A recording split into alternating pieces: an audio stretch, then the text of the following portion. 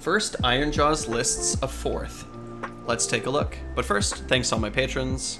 Now that 4th is kind of out, half out, I'm sure that I'll be getting hit up by patrons to help write lists and deploy in TTS and stuff, so if that sounds interesting to you, you know where to find me. Thanks to Baron of Dice for supporting the channel, and Ybarian for providing art for the channel. Big thanks. Okay, Ironjawz list. So I wrote 4 Ironjawz lists. I wrote an infantry list that uses Weird Fist as its subfaction. I wrote a list that actually, it's pretty much the same list, but it runs a Maw Crusher instead. So now we're 3 drops. And then I wrote a quote-unquote big pig list, but it's not a big pig list. But it does use the Ironjawz Brawl subfaction. So first, let's start with Weird Fist. So we're running a Weird Knob Shaman with the artifact Trophy Skull, so this lets him be 30 or 10 more on objectives. So the idea with this list here is that the Weird Knob Shaman is going to be marching forward up the map with this reinforced Brick of Ardboys. This gives him lots of protection. The Ardboys can then be the target of the Weird Knob's buff spells, and can count for 10 more on objectives. So it means that, like, we're gonna pick an objective, like an important one in the middle, march up our 20 Ardboys and our Weird Knob, and we're gonna keep that objective. Good luck shifting us. Behind this little squad, we're gonna have a reinforced unit of Ragers. These guys being able to run and charge is phenomenal, especially because they can, like, they can redeploy and run and charge, or they can redeploy and counter charge. So that's a lot of, like, sneaky abilities, right? Because Ragers can run and charge, they can redeploy and counter charge. So, and then an eye for to fight. What an eye for to fight gives us is that if we redeploy, we have a minimum of 4. So redeploy into a counter charge is it's going to be kind of sneaky and tricky. So, and then an eye for the fight is also going to be used to move our Ardboys around to make sure that the center of the table is good. I was originally thinking of putting it on the War Chanter, so that, because the War Chanter is going to run around with a unit of 10 brutes. No, a unit of 5 brutes.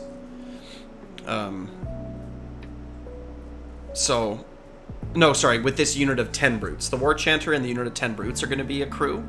So originally I was thinking that I would use the Eye for the Fight to redeploy the brutes around, but I think the brutes are primarily going to be the target of our mighty destroyers, and so I don't think we'll need the redeploy so much. And the redeploy and countercharge thing is interesting. You know, like, it's a threat. Like, you can tell your opponent at the beginning of the game, oh, just so you know, like, this guy has Eye for the Fight, which means this unit of Ragers can redeploy and then countercharge. Your opponent's going to be like, oh. And then you kind of keep those 3 command points sitting there, and you're like, yeah, like, what are you thinking here? Because if they charge, they strike first. So if your opponent's coming into your little castle, it's like, well, yeah. Cool. And then up next we have a War Chanter, right? As I was saying before, he's going to be casting Kill a Beat.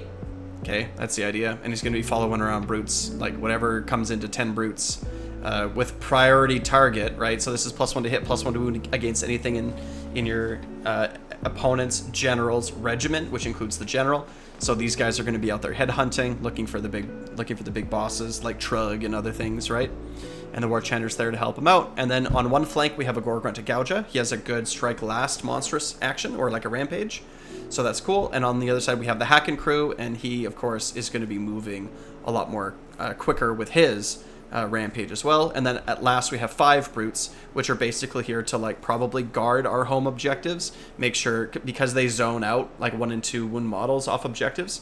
I think that's kind of going to be their role, is just going to be like maybe off on a flank or something, but just wherever they're going to be, you can always teleport them to. So like teleporting 5 brutes onto an objective and being like, come at me bro, 15 wounds on a 3-up save, and you can't contest. It's like they're probably not going to be able to contest the objective. Just make sure that when you're removing brutes that you measure 3 inches from the brutes that are remaining. Nothing within that brute can also take objectives. So all around this is pretty heavy on the infantry.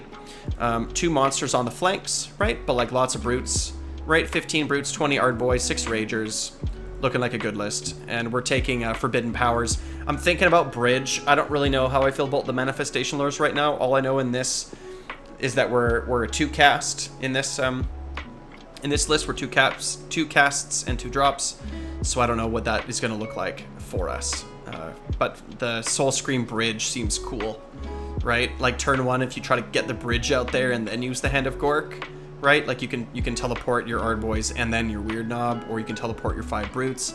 But a good way to think about the Soul Scream bridge in Ironjawz is that it's your backup teleport in case your first teleport fails. So pretty cool. Lots of moving shenanigans in this list for sure.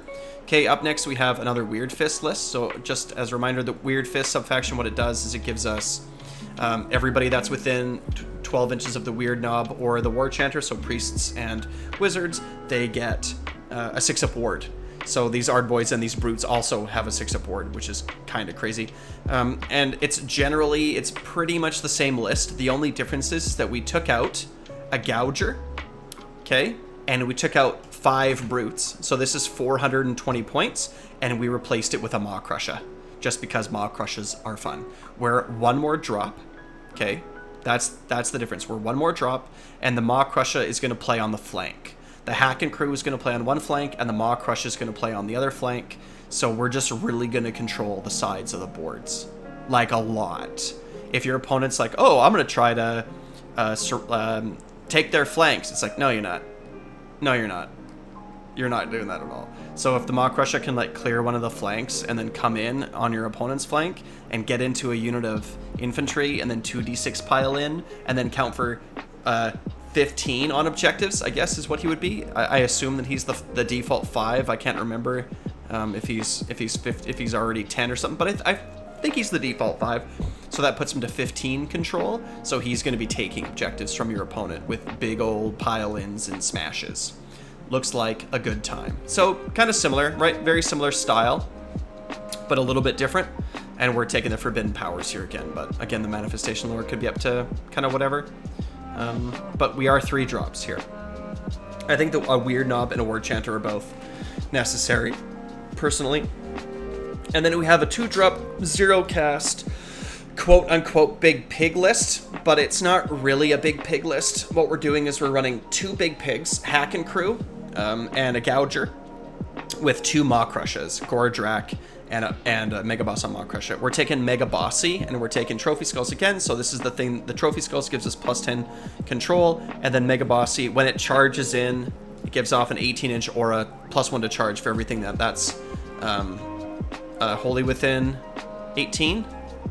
Probably wholly within 18, but it's a pretty big aura, so it just sort of means that if you need something to come in, like if you need your Hack and Crew or your Gouger to come in, it can.